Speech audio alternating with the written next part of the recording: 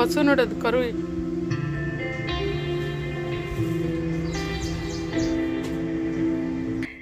ನಮಸ್ತೆ, ನಾನಿವತ್ತು ಬೆಳಗ್ಗೆನೆ ಡೈಲಿ ಬ್ಲಾಗನ್ನು ಶುರು ಮಾಡ್ಕೊಂಡಿದ್ದೀನಿ. ಬ್ರೇಕ್ಫಾಸ್ಟ್ ಎಲ್ಲ ಮಾಡಬೇಕು. ಅದಕ್ಕೂ ಮುಂಚೆ ಸ್ವಲ್ಪ ಹೊರಗಡೆ ಎಲ್ಲ ಕ್ಲೀನ್ ಮಾಡಿ ರಂಗೋಲಿ ಎಲ್ಲ ಹಾಕ್ಬಿಟ್ಟು ಹೋಗೋಣ ಅಂತೇಳಿ ಬಂದಿದ್ದೀನಿ. ನಾವೇನು ಮಾಡ್ತೀವಿ, ಕೆಲವೊಮ್ಮೆ ಎದ್ದ ತಕ್ಷಣನೇ ಮೂಡ್ ಹಾಳು ಮಾಡ್ಕೊಂಡ್ಬಿಡ್ತೀವಿ. ಸಿಟ್ಟಾಗೋ ಅಂಥದ್ದು, ಅಳೋ ಅಂಥದ್ದು ಏನೋ ಒಂದು ಈ ರೀತಿ ಆಗೋದ್ರಿಂದ ಇಡೀ ದಿನ ಒಂಥರ ನಮಗೆ ಏನು ಕೆಲಸ ಮಾಡೋದಕ್ಕಾಗೋದಿಲ್ಲ. ಅವತ್ತಿನ ಇಡೀ ರೊಟೀನ್ ಎಲ್ಲ ಹಾಳಾಗೋಗುತ್ತೆ.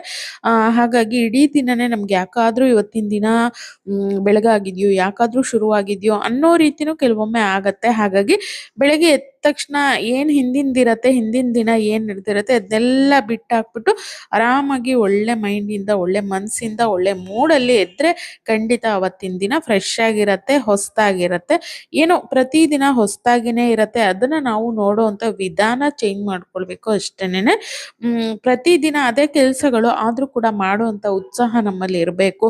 ಇವತ್ತು ಹೊಸ ದಿನ, ಹೊಸದಾಗಿ ಕೆಲಸನ ಶುರು ಮಾಡ್ಕೊಳ್ಬೇಕು ಅಥವಾ ನಮ್ಮ ರೊಟೀನ್ ಹೊಸದಾಗಿ ಶುರು ಮಾಡ್ಕೊಳ್ಬೇಕು ಅನ್ನೋವಂಥ ಎನರ್ಜಿ ಇಟ್ಕೊಂಡು ನಾವು ಕೂಡ ಅವತ್ತಿನ ದಿನನ ಶುರು ಮಾಡಿದ್ರೆ ಅವತ್ತು ತುಂಬ ಚೆನ್ನಾಗಿರತ್ತೆ ಅಂತಲೇ ಹೇಳ್ಬೋದು. ಇಲ್ಲ ಅಯ್ಯೋ ಅದೇ ಕೆಲಸಗಳು, ಅದೇ ಮಾಡಬೇಕು, ಅದೇ ಬ್ರೇಕ್ಫಾಸ್ಟು, ಅದೇ ತಿಂಡಿ, ಆ ಮಕ್ಕಳನ್ನ ಅದೇ ರೆಡಿ ಮಾಡುವಂಥದ್ದು ಅಥವಾ ಇಡೀ ದಿನ ಹಾಗೇನೆ ಇರತ್ತೆ ಅಂತ ನಾವು ಅಂದ್ಕೊಂಡು ಎದ್ಬಿಟ್ರೆ ಅವತ್ತಿನ ದಿನ ಎಲ್ಲ ಹಾಳಾಗ್ಬಿಡತ್ತೆ.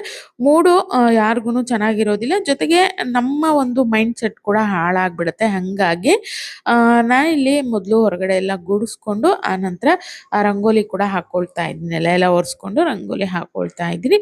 ಇದೊಂದು ಕೆಲಸನ ಮಾಡಿ ಒಳಗಡೆ ಹೋಗ್ಬಿಟ್ಟು ನೆಮ್ಮದಿಯಾಗಿ ಒಳಗಡೆ ಏನು ಕೆಲಸ ಇರುತ್ತೋ ಆರಾಮಾಗಿ ಮಾಡ್ಕೊಳ್ಬೋದು. ನಮಗೆ ಟೈಮ್ ಕೂಡ ಸೇವ್ ಆಗುತ್ತೆ. ಜೊತೆಗೆ ಹೊರಗಡೆ ಮಾಡಬೇಕು ಅನ್ನುವಂಥ ಒಂದು ಗಡಿಬಿಡಿ ಕೂಡ ಇರೋದಿಲ್ಲ. ಹಾಗಾಗಿ ಹೊರಗಡೆ ಕೆಲಸ ಏನಿರುತ್ತೆ ಮುಗಿಸ್ಕೊಂಡು ನಾನು ಮತ್ತೆ ಅಡುಗೆ ಮನೆಗೆ ಹೋಗ್ಬಿಡ್ತೀನಿ. ಮೊದಲು ಬೇರೆ ಕೆಲಸ ಏನು ಮಾಡ್ಲಿಕ್ಕೆ ಹೋಗೋದಿಲ್ಲ. ಮೊದಲು ಅಡುಗೆ ಮನೆಯಲ್ಲಿ ಏನಿರುತ್ತೆ ಅಂದರೆ ಹಿಂದಿನ ದಿನನೇ ಸ್ವಲ್ಪ ಪಾತ್ರೆ ಎಲ್ಲ ವಾಶ್ ಮಾಡ್ಕೊಂಡ್ಬಿಡ್ತೀನಿ. ಬೆಳಗ್ಗೆ ಎದ್ದ ತಕ್ಷಣ ಜೋಡಿಸ್ಕೊಂಡು ಆ ನಂತರ ಸ್ವಲ್ಪ ಜಾಸ್ತಿ ಡೀಪಾಗಿ ಏನು ಕ್ಲೀನ್ ಮಾಡ್ಕೊಳ್ಳೋದಿಲ್ಲ.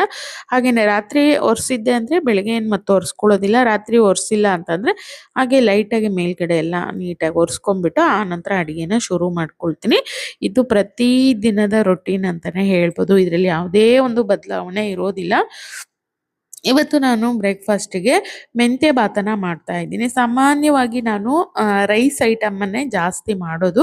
ಯಾಕಂದರೆ ಮಕ್ಕಳು ಬಾಕ್ಸಿಗೆ ಕೂಡ ತೊಗೊಂಡು ಹೋಗ್ತಾರಲ್ವ, ಅವ್ರಿಗೂ ಕೂಡ ಹೊಟ್ಟೆ ತುಂಬಬೇಕು, ಬೆಳಿಗ್ಗೆ ತಿನ್ನೋದಕ್ಕೂ ಕೂಡ ಅವರಿಗೆ ಇಷ್ಟ ಆಗಬೇಕು. ಹಾಗಾಗಿ ನಾನು ಸ್ವಲ್ಪ ಐಟಮ್ನೇ ಜಾಸ್ತಿ ಮಾಡುವಂಥದ್ದು.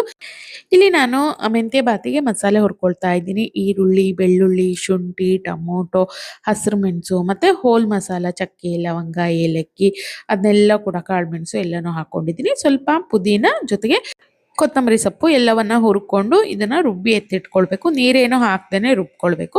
ಇನ್ನು ಈ ಕಡೆ ನಾನು ಮೆಂತ್ಯ ಬಾತ್ ಮಾಡ್ಕೊಳ್ಳೋದಕ್ಕೆ ಒಂದು ಕುಕ್ಕರ್ ಇಟ್ಕೊಂಡಿದ್ದೀನಿ. ಅದರಲ್ಲಿ ಒಂದು ಈರುಳ್ಳಿ, ಒಂದು ಟೊಮೊಟೊನ ಹಾಕ್ಕೊಂಡು ಮೊದಲು ಚೆನ್ನಾಗಿ ಬಾಡಿಸ್ಕೊಳ್ಬೇಕು. ಹಸಿ ವಾಸನೆ ಎಲ್ಲ ಹೋಗಿ ಕಲರ್ ಚೇಂಜ್ ಆಗೋವರೆಗೂ ಬಾಡಿಸ್ಕೊಳ್ಬೇಕು.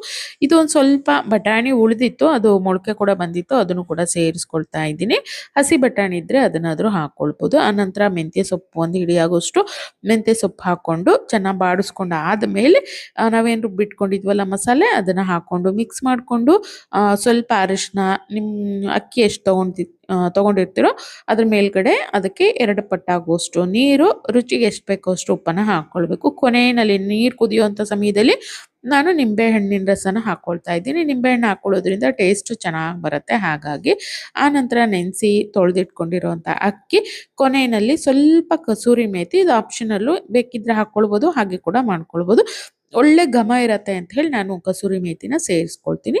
ಲಿಡ್ ಕ್ಲೋಸ್ ಮಾಡಿ 1 ಅಥವಾ 2 ವಿಷಲ್ ತೊಗೊಂಡ್ರೆ ಸಖತ್ ಟೇಸ್ಟಿಯಾಗಿರುವಂಥ ಒಂದು ಮೆಂತ್ಯ ಬಾತ್ ಅನ್ನುವಂಥದ್ದು ರೆಡಿ ಆಗುತ್ತೆ. ನಾವು ಮಾಮೂಲಿ ಏನು ರೈಸ್ ಎಲ್ಲ ಮಾಡ್ಕೊಳ್ತೀವಲ್ಲ ಅದೇ ಅಕ್ಕಿನಲ್ಲಿ ಮಾಡ್ಕೊಂಡಿದ್ದೀನಿ. ಬಾಸುಮತಿನಲ್ಲಿ ಮಾಡ್ಕೊಳ್ಬೋದು ಅಥವಾ ಪಲಾವ್ಗೆ ಅಂತಲೇ ಬೇರೆ ರೈಸ್ ಸಿಗತ್ತೆ. ಈ ಒಂದು ಏನು ಸಾಂಬಾರ್ ರೈಸ್ ಅಂತೇಳಿ ಅದರಲ್ಲಿ ಮಾಡೋದ್ರಂತೂ ಇನ್ನೂ ಟೇಸ್ಟಿಯಾಗಿ ಬರುತ್ತೆ. ಒಳ್ಳೆ ಘಮ ಕೂಡ ಹೆಚ್ಚಾಗಿರುತ್ತೆ. ಇದನ್ನೇ ನಾನು ಬಾಕ್ಸಿಗೆ ಹಾಕಿ ಮಕ್ಕಳಿಗೆ ಟಿಫನಿಗೆ ಬೆಳಗ್ಗೆ ಏನಿರುತ್ತೆ ಅದಕ್ಕೆ ಹಾಕ್ಕೊಟ್ಬಿಡ್ತೀನಿ. ಅದನ್ನೇ ತಿನ್ಕೊಂಡು ನನ್ನ ಮಗಳು ಕೂಡ ಕಾಲೇಜಿಗೆ ಹೊರಟ್ಲು. ಅವಳಿಗೂ ಕೂಡ ತಲೆ ಎಲ್ಲ ಬಾಚಿಬಿಟ್ಟು ರೆಡಿ ಮಾಡಿ ಕಳಿಸಿದ್ದಾಯಿತು. ಆ ನಂತರ ಉಳಿದಿರೋವಂಥ ಕೆಲಸನ ಮತ್ತೆ ನಾನು ಶುರು ಮಾಡಿಕೊಂಡೆ. ತಕ್ಷಣದಲ್ಲೇ ಮತ್ತೆ ರೆಸ್ಟ್ ಮಾಡಲಿಕ್ಕೆ ಕೂರೋದಿಲ್ಲ. ತಕ್ಷಣ ಮತ್ತೆ ನಂದು ಬೇರೆ ಅಡುಗೆ ಮನೆಯಲ್ಲಿ ಕೆಲಸ ಇರುತ್ತಲ್ಲ ಅದನ್ನ ಮಾಡ್ಕೊಂಡ್ಬಿಡ್ತೀನಿ. ಹಾಗಾಗಿ ಇವತ್ತು ಸೊಪ್ಪು ಸಾರು ಮಾಡ್ತಾ ಇದ್ದೀನಿ. ಪಾಲಕ್ ಮತ್ತೆ ಸ್ವಲ್ಪ ಆಮ್, ಮೆಂತ್ಯ ಸೊಪ್ಪು ಹಾಕ್ಬಿಟ್ಟು ಬೇಳೆ ಸಾಂಬಾರು ಮಾಡ್ತಾ ಇದ್ದೆ.